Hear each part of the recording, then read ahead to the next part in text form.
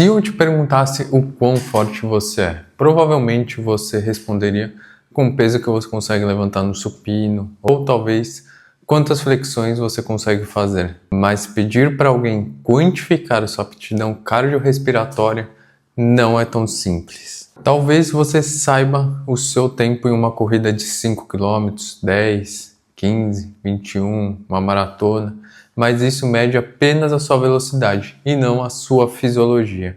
Então, é por isso que os cientistas do exercício, educadores físicos, fisiologistas, enfim, usam o VO2, ou mais conhecido como VO2 máximo, que é o volume de oxigênio consumido pelo seu corpo por minuto.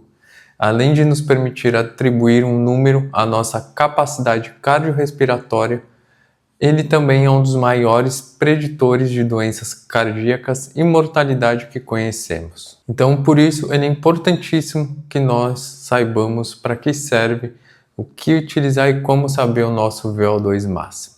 Se você é novo por aqui, seja bem-vindo. Meu nome é Renan Rocha, eu sou educador físico, personal trainer há 12 anos e criador de conteúdo. Então, se você gostou do conteúdo, gostou desse vídeo, já se inscreve aqui no canal, deixa o like. E se tiver alguma dúvida, já aproveita e deixa aqui nos comentários também.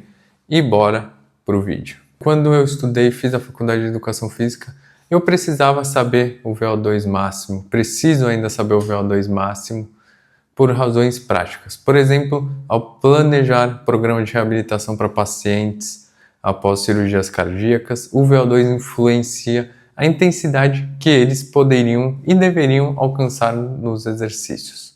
Então isso é importantíssimo para que a gente saiba como base uma pessoa que está reiniciando a atividade física, como você deve prescrever a atividade física. Se você tem interesse nessa área, ou mesmo pesquisa bastante, você provavelmente já ouviu falar sobre isso, sobre o VO2 máximo. E nesse vídeo eu vou te explicar o que é o VO2 máximo, como ele é calculado e por que ele é tão importante. Então vamos começar. O que é VO2 máximo? O VO2 é medido em mililitros por quilograma por minuto, ou seja, a quantidade de oxigênio consumida por minuto por quilograma de massa corporal. Essa é a versão relativa do VO2, útil para comparar corpos de tamanhos diferentes, mas também é possível medir o VO2 absoluto, sem considerar o peso corporal. Algumas pessoas chamam simplesmente de consumo de oxigênio, o que serve como uma boa explicação inicial. Mas se eu te perguntasse o que realmente consome oxigênio no nosso corpo, você saberia responder? Pois bem, o que realmente consome oxigênio no nosso corpo são as mitocôndrias nos nossos tecidos do corpo.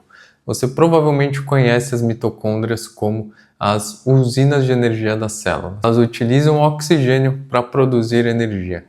No entanto, diferentes pessoas podem ter mitocôndrias mais eficientes ou menos eficientes, e diferentes órgãos possuem diferentes concentrações de mitocôndrias e taxas de consumo de oxigênio.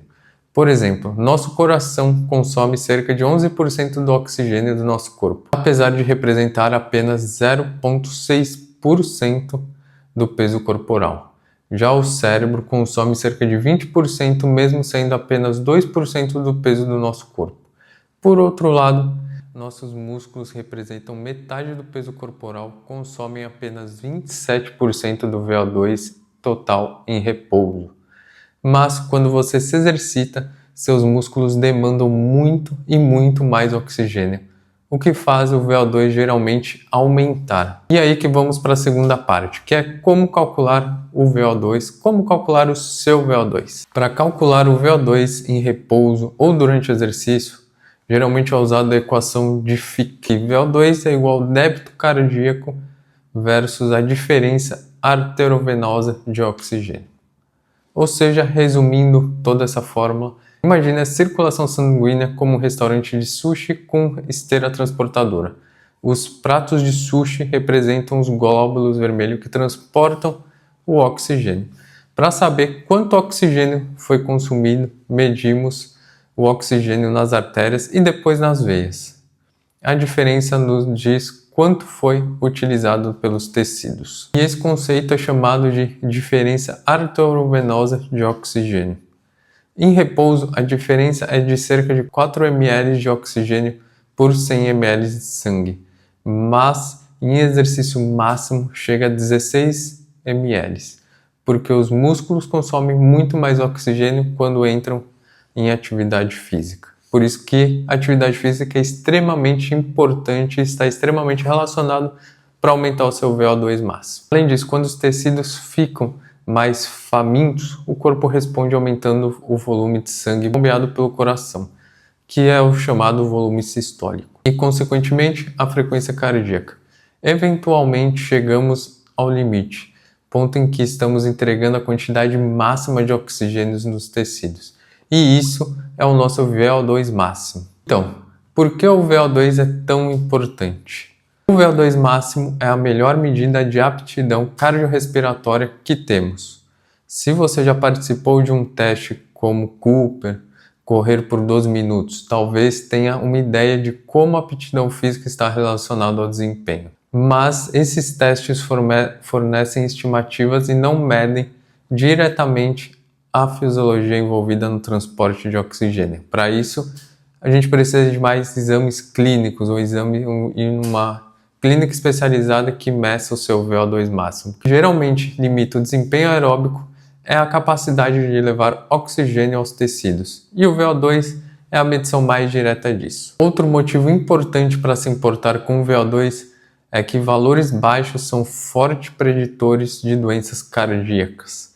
A aptidão cardiorrespiratória está relacionada diretamente ao risco de mortalidade, independentemente de outros fatores como obesidade, diabetes tipo 2 ou pressão alta. Então, se a gente for relacionar tudo, a atividade física é o fator determinante para diminuir o risco de mortalidade na maioria das pessoas. E, felizmente, o VO2 é um fator modificável. Aumentar o VO2 em uma unidade metabólica ou 3,5 ml por quilo por minuto pode melhorar a chance de sobrevivência em 10 a 25% agora. O que vem agora? Agora é com você.